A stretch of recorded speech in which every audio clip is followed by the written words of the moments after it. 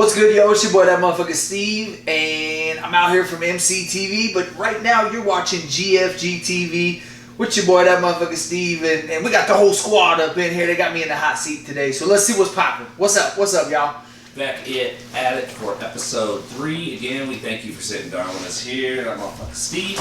We were continuing on talking about your expedition that you had to New York, multiple trips up there, and shooting some music videos up there with some artists that you have featured on your label. And if you could continue on with that, I know you're talking about Mickey Fax and... Yeah, Mickey was a G, man. We went out there, and he really just was like an ambassador for New York. We met him in Harlem. We walked around and caught some dope ass shots. We went to there's a graffiti wall of fame, and I get a little meticulous when we go on a trip, and I plan, I find all these destinations and shit, and then I get on Google Maps and I figure out how to, when you go to LA and when you go to New York, it takes so long to travel from spot A to spot B, so you gotta go, you don't want to run from LA all the way down to Corona and then back up to Thousand Oaks and then have to jump back down to LA and then try and get over to Hollywood. Yeah, you're going to burn up all your time trying to travel. Yeah. And so you got to try and hit Trejo's Tacos, the Comedy Store, and fucking whatever, all in that same area, and then you go on to your next spot and map out what you want to hit from there. And so I became really good at figuring out how to knock out as many things as I could and pre-plan all this shit. Plus, we're shooting a music video. I've never been to New York, so I got to find iconic locations to film at and hope that I can talk to this artist and then meet me there, and that it's all going to work out when I get there, because you have limited time with these artists. They're not going to give you, normally they don't just go, fuck it, I'm going to kick it with you the whole day and we're going to go do this and take me where you need me to go, or whatever, you know what I mean? It's very limited time. And so Mickey was a G though. He rode around on the subways with us and was like, I'm going to show you guys this. So we went to Harlem, we went to Greenwich Village, to the Jam Master Jay mural. We went and we just filmed all over the place, and he rapped on the subway, and he didn't care who was standing there, and everybody in New York was kind of the same way, you know what I mean? There was performers on the subway and stuff, and everybody just kind of looked down and minded their own business and shit, and nobody was like, hey, just calm down. He's not rapping again. He's rapping. And so I was able to get some fucking phenomenal footage of him rapping on the subway and walking around, and I just kept the camera rolling. I mean, I have a ridiculous amount of footage of us just kicking it with Mickey Fax, and he took us and showed us around New York and pointed out stuff, and it was a dope trip, you know what I mean? We really got to see a lot of cool stuff. And then we went to go meet with Pace One. I'm very aware of gang culture, but I didn't even fucking pay attention that I had red Nikes on with my red fucking Chiefs hat. Matt had a red t-shirt on for Chiefs. He had his fucking red fucking, he didn't have red shoes on, but he had red shorts and a red t-shirt and maybe a red hat. Flamed up. And we were on a fucking subway, and my little brother was like, you look like a fucking gang member right now. And I looked down and was like, I got red shoes on with a red hat, and we're walking through New York. Yeah. And I was just like, oh shit. And we went to Newark. And so we went from New York to Newark. We took the train over, and then we got off at Grand Central Station or whatever the fuck it is right there. And then we got out and had to start walking through Newark. And we were just we had unlimited, so when you go, you just get a Metro card and you can ride subways and trains unlimited if you pay the weekly rate or whatever. Yeah. And so that was going to be the cheapest way to get over there.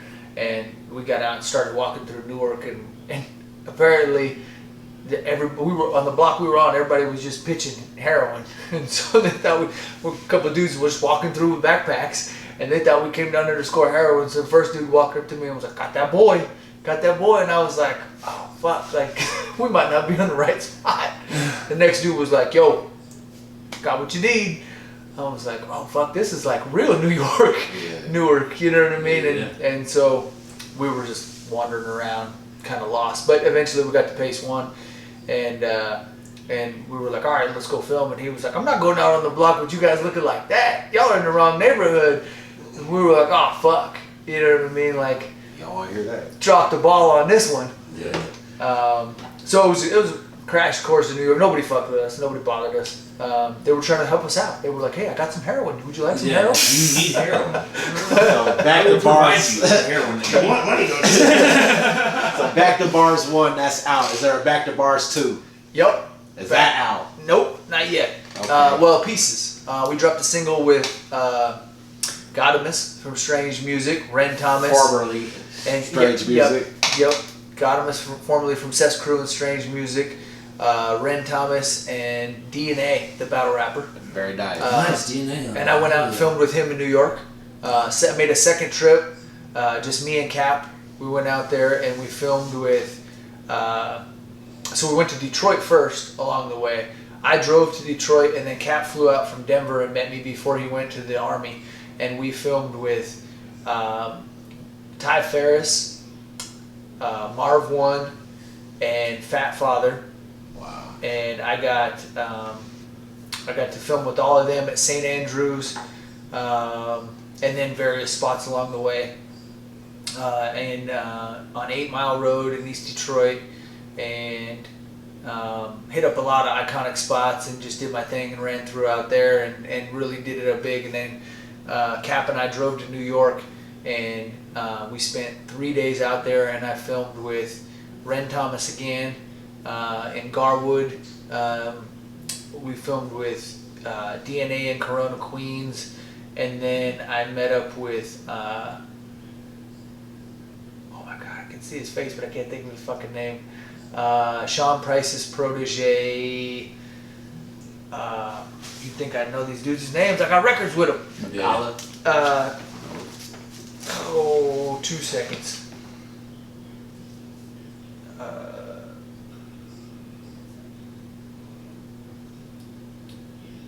But we went and filmed with him in front of Yankees Stadium. Yeah. And really just killed it. We were able to really tackle some great features and in a short amount of time. Rusty Jucks. So I went out there and filmed with Rusty Jucks from Duck Down Records, Sean Price's protege. We filmed with DNA and Ren Thomas in New York and New Jersey. Oh, And then we got to Car Toad. We tried to go to the Comedy Cellar in Manhattan, and I was like, "Fuck, we found a parking spot." And Cap was like, "I don't think we should just go parking at the hotel and just catch the subway back." And I was like, "It's an extra hour. We found a parking spot. We're just gonna park." And we went to the show, and we came back, and the fucking car was gone. I thought somebody stole it at first, and it was a bitch. But then we were lost walking through Brooklyn. They gave us fucking 3 different addresses for this tow truck place, and we couldn't find the fucking car anywhere. And we were lost walking around at 3 o'clock in the morning. It was fucking cold. It was March in Brooklyn, and we're not dressed for it. Fucking lost and just pissed, and then the lady was like, they say people in New York are rude. Everybody in New York was really nice except this bitch at the tow truck place, and she was the fucking rudest. And I'm just like, "You got my car? I'm just trying to pay you. You know what I mean? You ain't gotta be rude. You ain't gotta yell at me. It's 3 o'clock in the morning." She was like, they had the zigzag line like at the airport or whatever to go and check in, and as we were walking in the door to finally fucking find this place, you know what I mean? She's like doing something on this like 3-foot thick fucking glass window, and she's like doing something, and I thought she did a come over, you know what I mean? So I zigzagged through the line and walk up, and I got there, and she was like, "Do you not see the sign that says wait in line?" There's no fucking line, it's just me. Like, what you talking about wait in line? I'm the only one here. Yeah.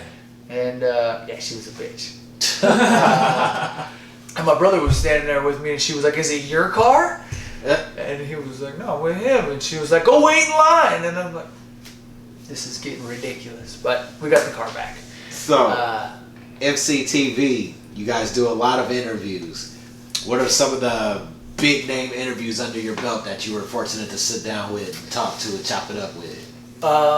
Man, so many. I feel like somebody's gonna roast me for getting a good one. But Tech Nine has been on multiple times, and he's real easy to talk to, and you can throw a little something his way and he'll take it and run with it. You know what I mean? Easy person to interview. And so I got a lot of great material out there with Tech. When Yellow Wolf and Wiz Khalifa were on the Wake and Bacon tour, when they first came out together, I caught Yellow Wolf early up before he signed to Shady Records. I got a dope one with him.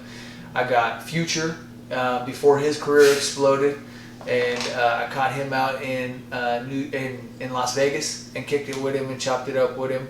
Lloyd Banks, I just got a quick little snippet, you know what I mean? I caught him and chopped it up with him. Almost had Mike Tyson, but wasn't quick enough with the camera. But I caught the knuckles. He dapped me up.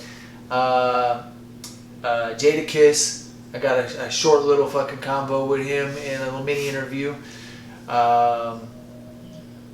Shoot, who else? I got some big ones still coming.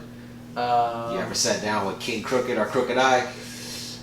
So I chopped it up with him when I brought the KOD tour in 2009, but we never got a camera on it. No. Nah, and I kind of dropped the ball on that. You know, I definitely, because I was the promoter and had a little bit of wheeling and dealing capabilities, I probably could have got in there and got some big interview. Big Scoob has been on 2 different times. E40. 40 Water. Yep. All these are available right now on Yep. MCTV. Yep. Wow. J-Rock from Top Dog Entertainment. Absolutely. Brother Lynch Hung. Machine Gun Kelly, before he did whatever he did, before he jumped out the window. Mac Miller. Wow. Rest in peace. Yeah, R.I.P. Mac.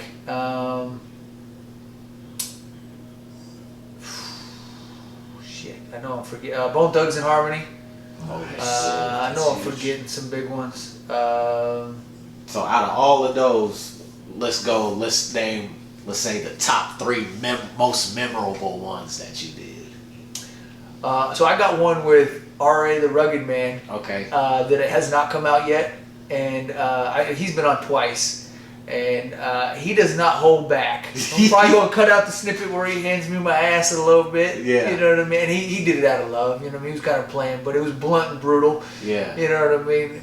Because I told him I had some good questions, and most of the time I don't even edit the interviews that hard. I just put them out. You know what I mean? And if I fuck up, I fuck up, and I just let it be there. Yeah.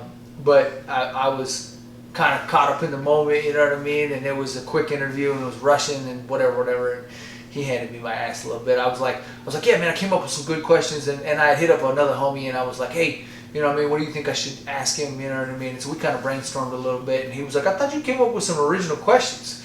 He was like, it's the same shit everybody wants to hear about. And I was like, damn, like I was going for a different direction with some of my questions, you know what I mean? But all right, fair enough.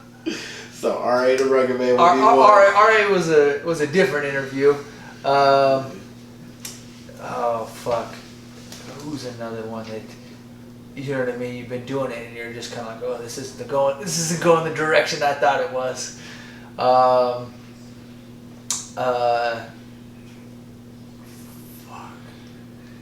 You know, Tech has always been super cool. So he was probably one of the best. Yeah.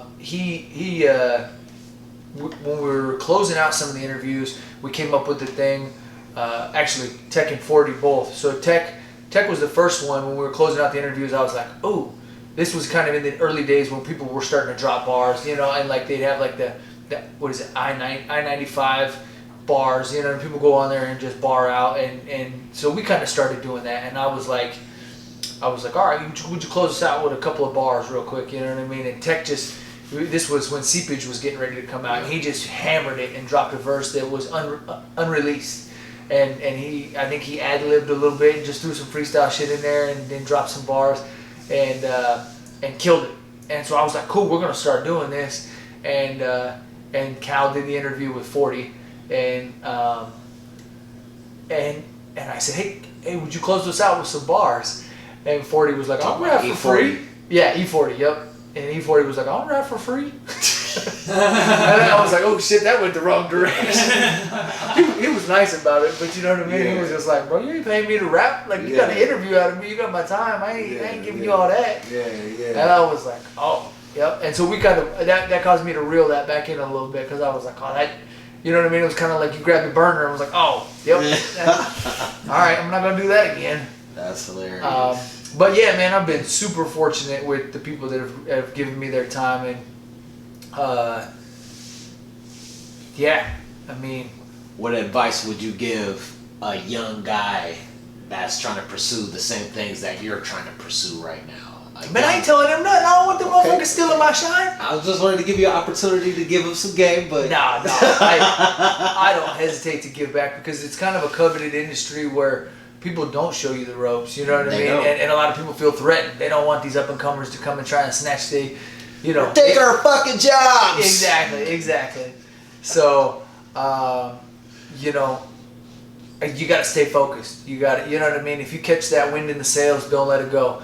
Because, again, like I said, I could be so much further had I stayed focused and you know, maybe made some sacrifices and realized what I had. I mean, what I had and what I had built at that point in time was, looking back on it, I'm like, that shit caught fire. I was doing pretty damn good for a minute. You know what I mean? And had I stayed a little more focused and really pounded the ground and kept going with what I was doing and not got caught up in the party scene and the drinking as much, you know, I could have been a little further. But you learn, you live and you learn, and you learn a lot from that. You know what I mean? And so You toyed around with well, you are currently a concert promoter as well, too, right? yeah. So what kind of what artists have you brought down to Des Moines over your years of doing the promoter thing, man? Shit, man, there were some big ones. Paul Wall, Wow. Tech Nine with the whole KOD tour, Glasses Malone,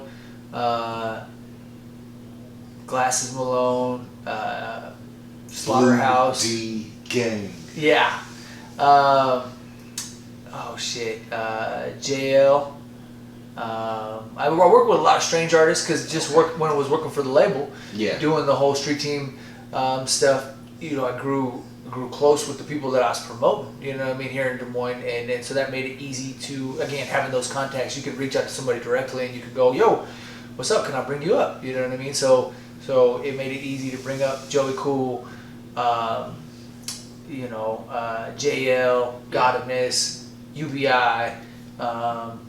You know, I worked with all those dudes real closely, and Any it ties to King ISO at all, or Stevie Stone? So or? I got an interview with ISO. So I was filming a documentary called Motormouth, and it was a chopper documentary. And so I went out and started interviewing King ISO right before he got signed to Strange. Awesome. We chopped up when Tech brought him up on stage to perform in Omaha. Yeah. And they chopped it up and had this dope ass dynamic. And they rocked on stage together. It was mind blowing, and he was signed shortly after that. I don't know if that was pre-rehearsed or if that was just a moment. Definitely was. But it was cool as fuck. You know what I mean? And from a crowd aspect, it looked like it was spontaneous. Yeah. You know what yeah. I mean? Yeah. But so I was shooting this documentary, and so I went out to Chicago and chopped it up with Twista, Crucial Conflict, and then I did the Bone Thugs interview and talked to all of them. But then I realized you have to license all that music in order to showcase it in a documentary. You can't just play somebody's music and release a documentary, and that gets very costly. And so I had to